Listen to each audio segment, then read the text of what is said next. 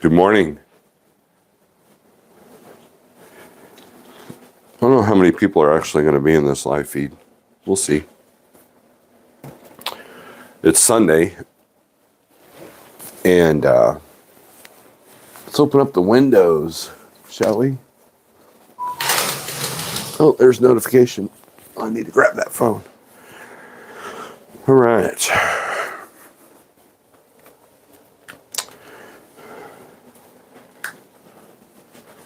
Let's show this beautiful view.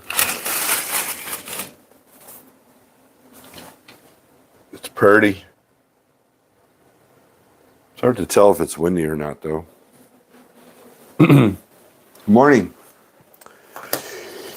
Last live feed for Matt's from the hotel. We'll be packing up here pretty soon to get out of here. I can't wait to get home, sleep in my own bed, and turn the car in tomorrow. So I feel better than I did last year at this time. I think last year maybe it was the water. I've tried to drink as much bottled water as possible since, and I think that's helped. I'm using bottled water for the coffee maker. All right, audio's working, so that's good. So I just finished recording a recorded video. That's redundant. And that will be a Matt's review because I know a lot of people don't like live feeds. That was some feedback that I got that, hey, Steve, do more recorded live feed, or Steve, do more recorded videos. And I agree. But I think the live feeds are fun. I think people like the interaction. But I think that what happens is when you look at, let's see what this person has uploaded. Oh, wow. Hour and a half, 2 hours, an hour. I don't have time for that. So, live feeds can be very limiting. So those of you with a new YouTube channel, just keep that in mind.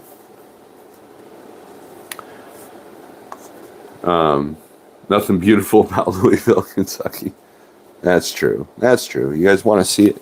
Yeah. There we go.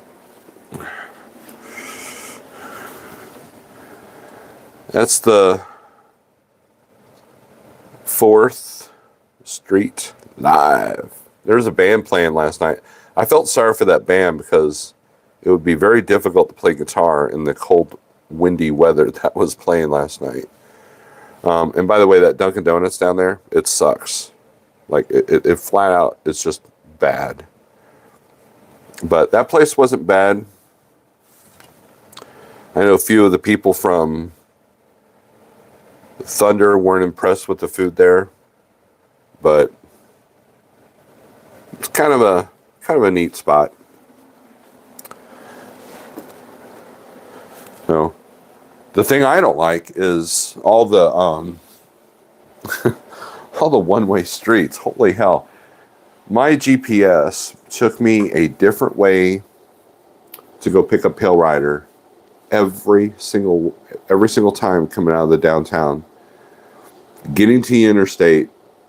And I think part of the issue is you're coming from a parking garage, so the GPS doesn't quite know what to do with you until you're actually moving. And then you find yourself turn right at the next light, which means jumping 5 lanes over. So, that's unsafe. So I didn't do that. So now we're rerouting. I can't even imagine how difficult it would have been for me without the GPS. I'm not too proud to say that, but definitely it's a challenge coming out of here.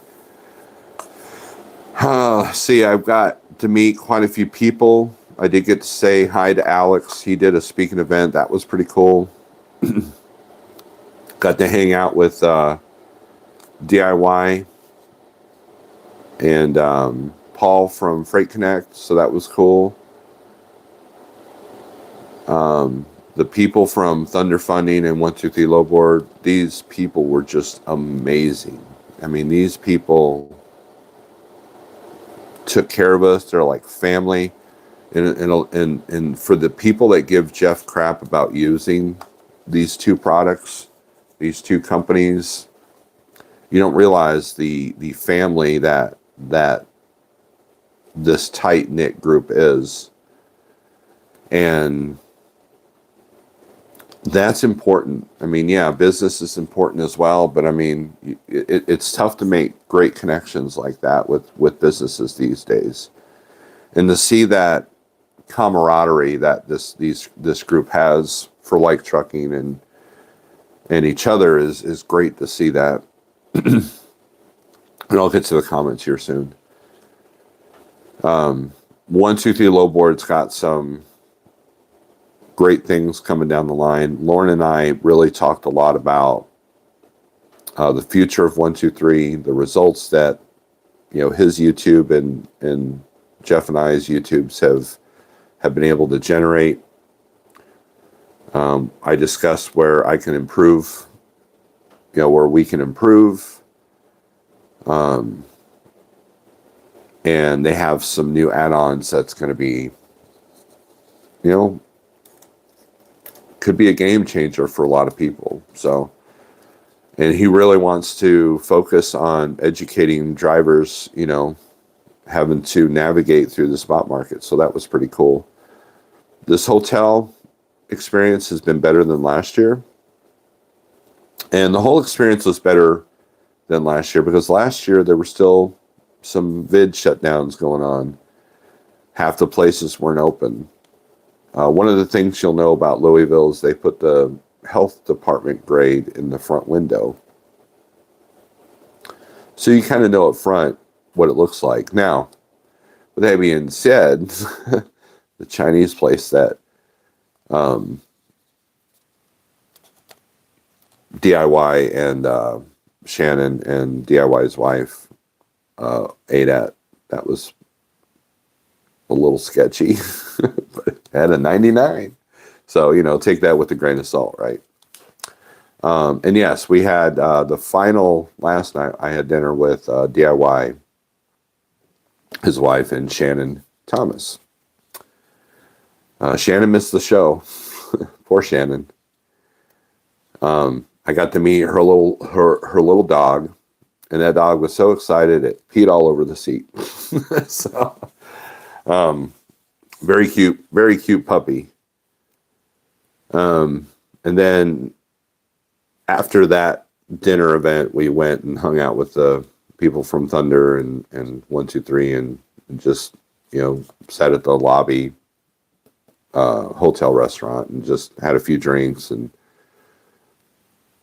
laughed and had a good time. So it was great. I feel I'm being redundant here because I just recorded a 20-minute long recorded video, but it's been fun. I got to go in early yesterday and got to walk around before the crowds hit. So that was kind of cool. So there were still areas of the show that I missed, and I didn't get to see a whole lot of the truck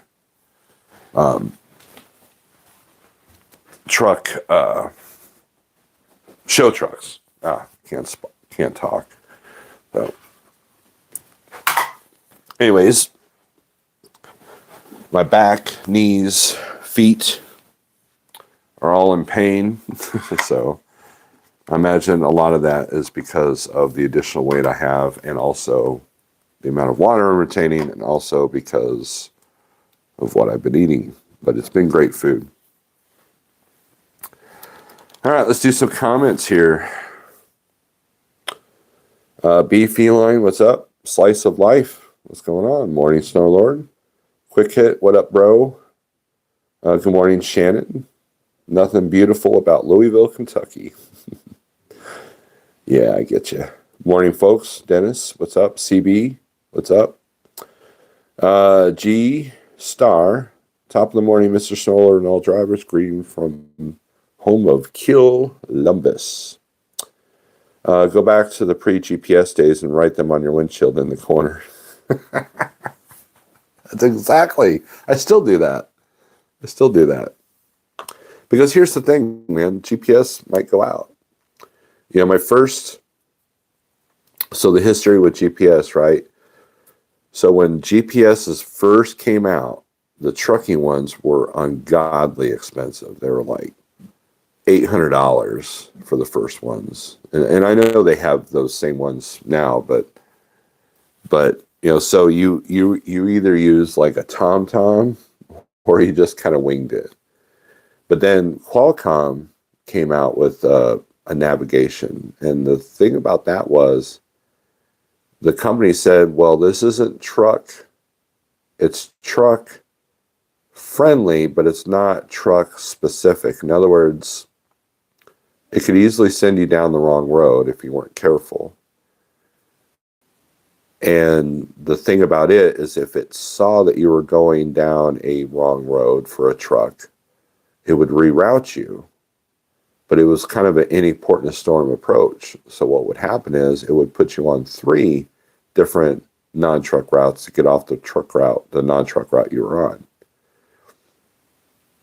So that was, but anyways, the Qualcomm GPS, every now and then would just go out. Like the Qualcomm would just shut down. And so I would still write. I would still plan my trips out. I would still write down everything. That was kind of, my dad taught me that. He taught me how to trip plan in a truck. You know, he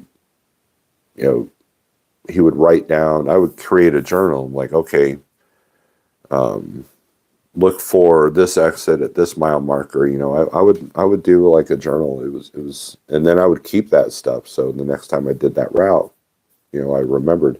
The first time I had to navigate from Atlanta, or actually Macon, Georgia, to Foxborough, Massachusetts, I probably chose the most horrible routing that you could possibly take interstate-wise. And that was a long couple of days. So the next time I had to go up there, I called the company's fuel solutions, like, how does everybody else get up there? And I wrote that down, wrote it down on a piece of paper, wrote it down on the windshield. Not the windshield, but I would always do the window. So that comment's funny to me because I think I learned that trick from a yard guy, a yard dog. He was writing down with a dry erase pen. I'm like, that's a good idea. But at night, that doesn't do you very well because you can't see it. So, Trucker Jason, good morning. Desert Oak and Pam, good morning. Wheelburner's in the house, good morning. I wish he could have made it to the truck show, but he's busy working. A lot of people that we normally see every year weren't there because they were busy working. So, I didn't meet up with as many famous YouTubers as I thought I would. Sammy came by the booth and said hi, made an appearance. Chad Boblet, infamous from Facebook, he came by and made, had a chat with me. My buddy from Green Mile, Shane Ferris, he was there. He came up and said hi. It's funny, we see more of each other out off on the road than we do at he lives like 10 minutes from me. Green Mile's office is literally just a few blocks from my house. Didn't get to say hi to Alex for very long, Asian Mai. Of course, Pale Rider and I got to hang out quite a bit, which was cool because we haven't hung out in a while, and he wasn't at Matt's last year, so that's a lot of our hanging out is at the truck shows. Are you using a Rand McNally? I used to run a Rand McNally GPS, but I still don't trust it. I double check the route with Google Maps, and if I'm still in doubt, I call the customer. The way I do with routing is, in the truck, is I type it into my Garmin. I have it on Google Maps. I'll look at the location and the routing before I start on the Google Maps. I check to see if Google Maps and the Garmin match. And if they don't, I want to find out why. Once I figure out why they don't match, I get down the road. I have the phone number handy just in case I have to call in for directions. Now, the interesting thing is because of the GPSs, a lot of customers don't give you directions anymore. And when they do, they're like, well, let's see. Take a left at this McDonald's. Oh, man, I don't know. Okay, wait. Let me get somebody else. And so it takes 20 minutes for them to tell you what the Garmin just told you. So there was one customer that literally said, we don't give instructions, click. They hung up on you. I was furious. I called my dispatcher. I said, you need to get directions for this place because I'm in the middle of Jersey, and there's no way that if the customer won't tell me where they're at, then how the hell am I supposed to get in there? And so they got on the Google Maps. This is like, 12 years ago. But the GPS would have kind of solved that problem if I had it then. It's funny, I would, Pale Rider get in the car. He's like, you kids and your GPSs, I swear. But I think he saw the value in it too. So, we will definitely meet up one day. That sounds like a threat, Wilburner. I don't know how often you get to Missouri. Trucker GPS is about 98% right. That 2% being wrong will run you straight into the funnies. That is absolutely true. I had to teach my students when I was training how to be GPS savvy. And a perfect example is me and a trainee were delivering in College Station, Pennsylvania. We had 3 stops. It was all these small liquor stores. That load sucked. And there was quite a few times where I would teach the student to scan your intersection. And that glare is probably not great. And before you make the turn. And there was a few times where it said, turn left here, and you look down that road, there's no freaking way. There's no freaking way you're turning a truck down that road. And so it was a really good lesson on how the GPS can help, but it can also hurt. So, good morning to you, sir. On my way to Wisconsin, picked up in South Carolina. Good deal, David. Hope you're making a little bit of money with that. The old man, I got to meet RD. Finally got to meet him for the first time. And he's like, I need to find Uber. I need to bitch them out. So I said, well, our booth is right next to Uber. So it was fun to hang out with RD. We were trying to heckle Asian Mai during a speaking event, but actually I was listening, right? Trucker Jason, I don't use the GPS. Motor Carrier's Atlas is far better for routing and Google Maps to pinpoint where these customers are at. That's a good method. I mean, look, I've been driving since 2008, and the only state I have not trucked in is Nevada. And so I can literally go from, LA to Maine without looking at a map, when it comes to the interstates. I know my interstate's pretty good.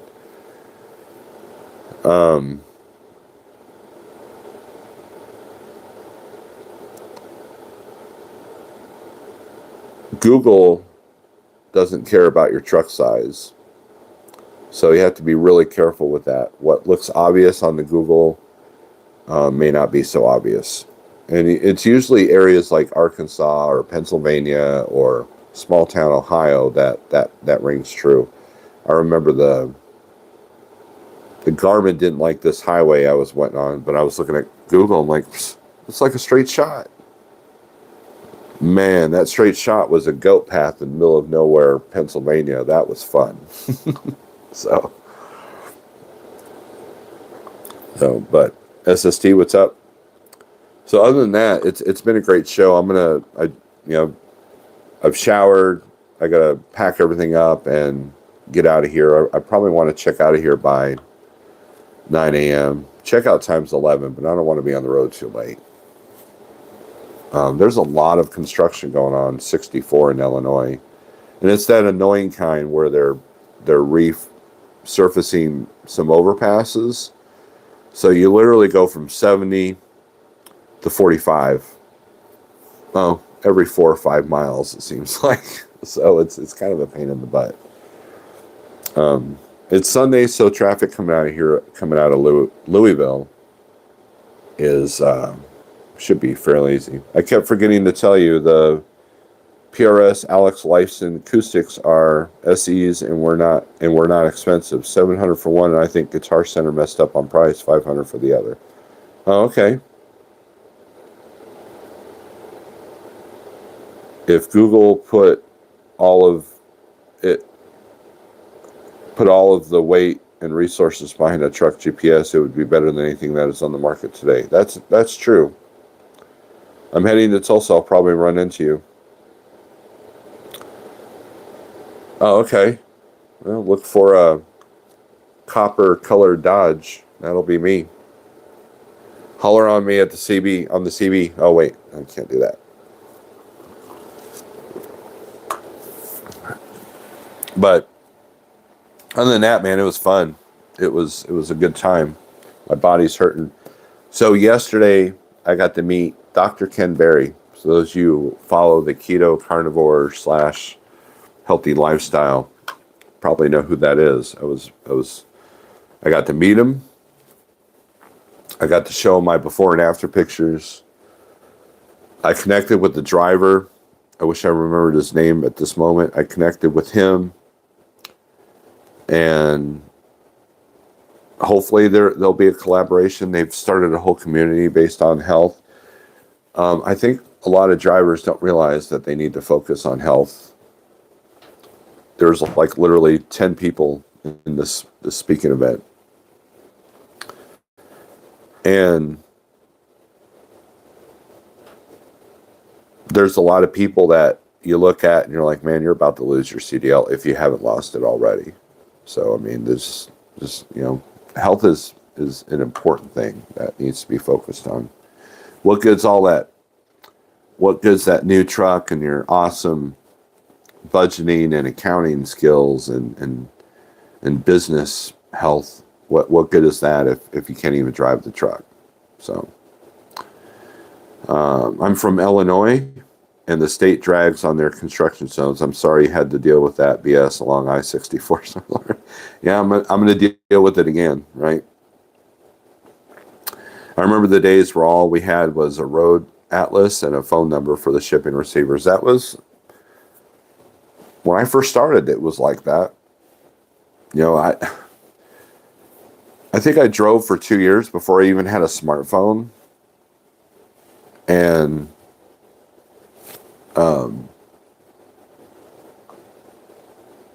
then I drove for, I think, a year before I even had the Omnitrax GPS system, which was not very accurate. So the Omnitrax system on Schneider, you were better off to use your regular GPS for the main trip, but then when it came down to the details, the Schneider directions weren't actually that bad, because it would bring you to the entrance of where you needed to be, not just the address. For example, this hotel. If you go by the address, it takes you right to the front door. Well, guess what? You can't park there. So if you don't know what you're looking for on the parking, then parking can be a pain in the butt. And it's not just a quick turnaround either because of all the one-way streets down here. So there was a point where all of us were eating at this pizza place on the corner, and every semi that I would see on that corner, I'd be like, man, I hope the guy here okay without going down a one-way street. There's not a whole lot of low overpasses that I've noticed, not like Chicago level, but so. Narc said he got your hair permed. He has very fluffy hair. We had a scratch pad and a pocket full of dimes for the payphone. Pocket full of dimes. Yeah, that's what my dad had. I mean, I remember the days, I was a kid, but I remember the days when you had to wait in line to use the payphone, or if you were cool, if you were lucky, you got that table in the restaurant that had the phone with it. And then you had the calling card numbers, right? You had to dial like 53 numbers and then your own phone number. So you wouldn't have to pay a long distance. Or you, some of the smarter guys did 800 number. So what they would do is they could dial it. They could have an 800 number that they paid monthly for, so they wouldn't have to pay long distance. That's how a lot of people saved money back then.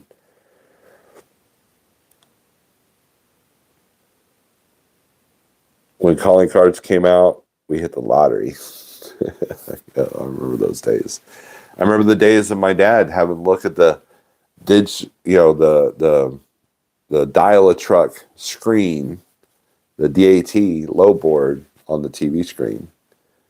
So I remember those days. You had like a bunch of angry, jaded truck drivers, on TV screen, just, writing phone numbers down, then having to wait to get on the payphone. Nowadays, it's instantaneous. I mean, I don't know how I would run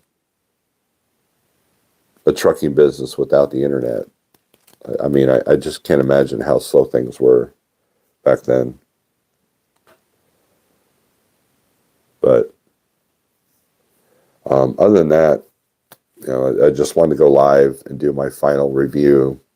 It's been a great show. My knee hurts like crazy, so I'll have to solve that problem. SNI had good directions from interstate to customer when I was there from 2005 to 2009. Yeah, that's the thing.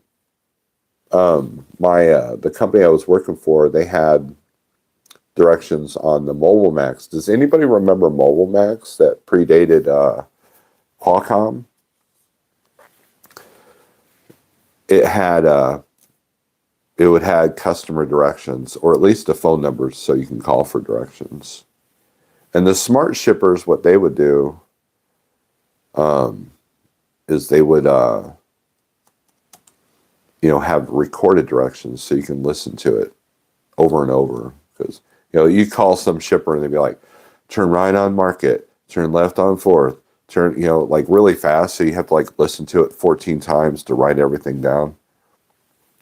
So, do trucking companies still have hubs on hub seals for mileage?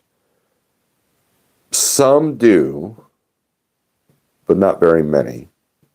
You see hubdometers on trailers, but for the most part, I only see hubdometers on trucks if it's specialized, like usually tanker trucks and oversized. Oversized, they pay by hub mile, or odometer miles, I guess I should say. Monday, back to the coal mine, says Dennis. It would be interesting to hear how much technology has helped you become more productive as opposed to how things were when you started out in trucking. I was never an owner-operator back then. I didn't become an owner-operator till 2014, and even then, the technology's changed quite a bit.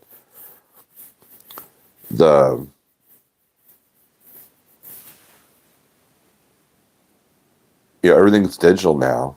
Payment from the moment you call on a load. Hell, you might not even call it, email a load, a broker for a load. You have computer software or internet software that helps you with accounting. It helps you with your rate cons. You can sign PDFs. You can read contracts. Just everything. Like back in the day, if you decide you want to work for someone, you couldn't just look at the contract before you signed on. They would have had to have sent it to you. So, Josh the Vegan, what's up? Pale Rider TV, yo. Mr. Charles, what's up? Just in the last 20 years alone, when I started in 2003, payphones, shipper numbers were still the norm back then. Yep, I remember that. I do remember that. So now you're lucky to even find a payphone. It's funny. Family took a trip. We took a trip into Arkansas, in the rest area on 72 there in Bella Vista. It's like a little tiny, like, you can fit 10 cars. You can't even put a truck in there. They actually had a payphone, and the kids were taking pictures with it like they'd found some old artifact. It was funny. The only thing, the older trucks last a lot longer, and if it did break down, it would not bankrupt you. Let me, I'm going to read you guys something. Hold on. Dispatcher telling you call me back in an hour all day long, so you just walk to the back of the line. That's funny. All right, let me read this email. Not email, but it's from Facebook. Speaking of truck breakdowns, this is why a lot of people struggle. Back in the day, if we're going to talk about old versus new, back in the day, if you had an engine breakdown, that would be what would put you out of business, right? And someone wrote this on the PACCAR Facebook page. And this is why I literally hate the emission systems on these trucks. This person said, I don't care whose toes I step on, especially if you're a PACCAR tech. Shop 1 MHC Dallas took truck into them because of exhaust temps not getting hot enough to regen. They replaced temp sensor after BPV and replaced all 3 temp sensors and DOC and DPF filters.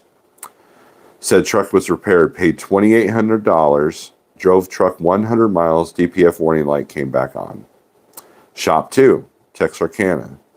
Took truck in the shop because exhaust temps still not getting hot enough to regen.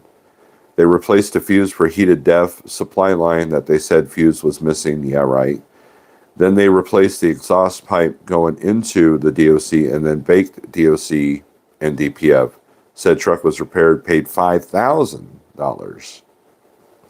Drove 1,000 miles, DPF light comes back on. Shop 3, MHC in Charlotte. They replaced BPV sensor and put a new HC dozer and updated software for HC dozer, baked DOC and DPF. Preformed air management cleaning and tested and inspected for exhaust leaks and test VGT for correct operation. All good. Said truck was repaired. $4,200. Drove 100 miles, DPF light comes on. Now I'm going to pause here because it would be at this point that I'm done. It would be at this point I'm like, F this truck, F these shops, and be done with it. Now it's at shop 4, being told and shown that the exhaust manifold gasket is leaking, and they will inspect DOC and DPF to determine if they are plugged. Estimate is $4,000. And so this person goes on to say, so tell me, do techs really know what they were doing, or are you guys just robbing us? This is why we don't trust techs. Not all of you.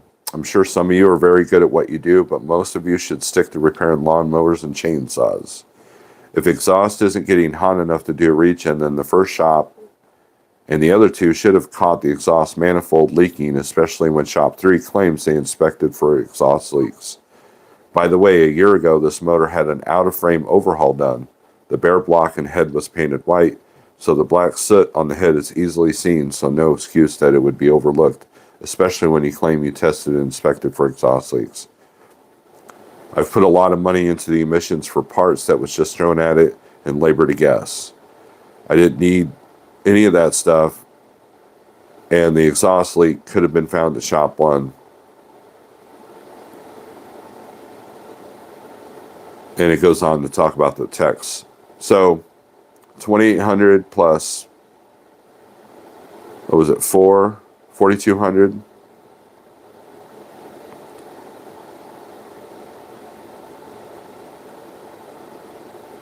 plus 5. So that's 9, 10, 11. So see, 4,200 plus 5, that's 9,200. Plus 2,800. So yeah, that's quite a bit of money. And my reply to that was, do the emission systems. You could, like I said, you can do all the oil samples and make sure your engine's right.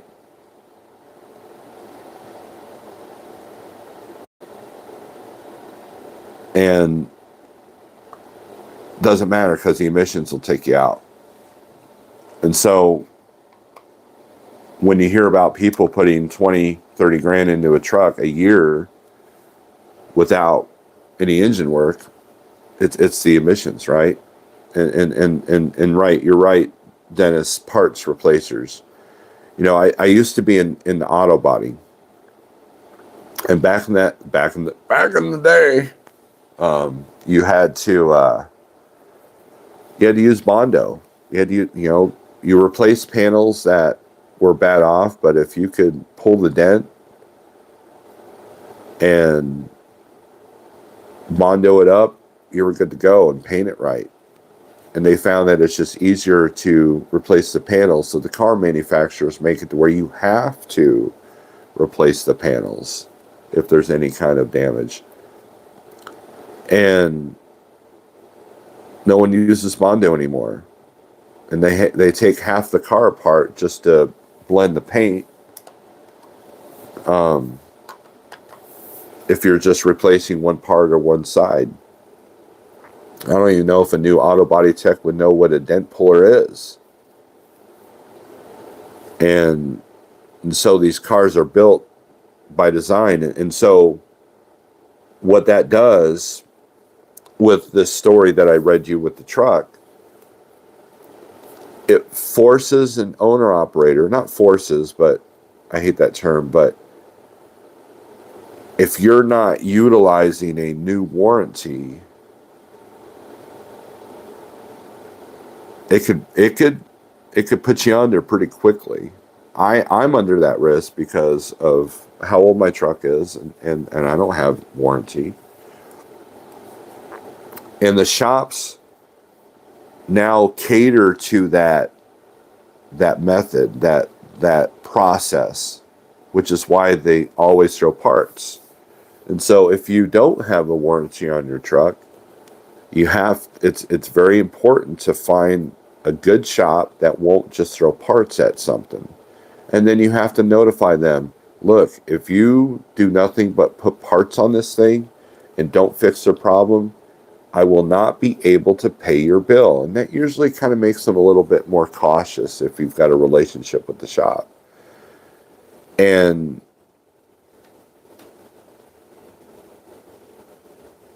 and also, like, when I was signed on with Schneider, I had to make it a point. This is not a Schneider company truck. So don't bill me like you're billing a $1 billion company. I'm a single owner operator that's responsible for every single repair on this truck. And that kind of wakes them up a little bit because they don't know the difference between a Schneider company truck and a lease truck. So you had a warranty and wound up paying it yourself. Well, I mean, that's the other risk as well, but at least you have a fighting chance with the warranty. First question, why didn't driver see the exhaust leak? That is a good question.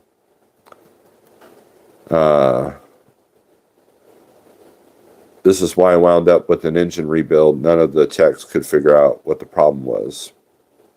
Dent puller, that's a good band name. LOL. I had a warranty. Okay, I already read that. Nothing witty, dang, I'm late again. Marty, whose truck was that? Every time I muffler's red hot. I don't know what you're saying. That was somebody on Facebook. So, in the PACCAR, there's a great PACCAR Facebook group that's been helpful in helping people figure out what the problems are. So, PACCAR specific. So, but anyways, I think I've been live for 40 minutes. I believe there's not much else to talk about. Oh, like my new shirt. It's oh, I'll show it off later. It's got the rubber duck hood ornament on the back, and it says "smooth on the surface, paddle like the devil underneath." You know, from the movie Convoy. I have to have that. So, anyways, anybody from Thunder and 123 watching this, thank you very much for what you've done for us. You guys and gals are like family. It's been great. I look forward to showing off the new features of the 123 low board on my live feeds in the morning. We really need to build an owner-operators network that has a group of lawyers to sue these shops for the money back when we pay them and don't fix the problem. Yeah, hold these shops accountable. That's definitely, because look, if you're in the middle of nowhere and you come up on a shop, they kind of got you, right? What else are you going to do? Have a safe trip home, Snorelord. Thank you. I need a red chicken shirt. That's true. Like, well, how am I going to make a red chicken shirt? Well, because I got Teespring. Maybe I'll work on that. Go get that free continental. No, there is no SST. Times have changed, man. This high-end hotel doesn't have free continental breakfast. So I'm just ready to get the hell out of here. And I don't generally eat breakfast anymore either. Anyways, so the last thing I want to do is spend I go down to Dunkin' Donuts and get something, but that might take 30 minutes. Yes, red chicken merch. Well, you've piqued my curiosity. Maybe I'll do that. So, anywho, thanks for watching. And if you came by the booth and said hi, thank you very much. I'm grateful of the friends and the partnerships that I've made and have, and I appreciate you. I appreciate you that's watching this or listening to this. Peace.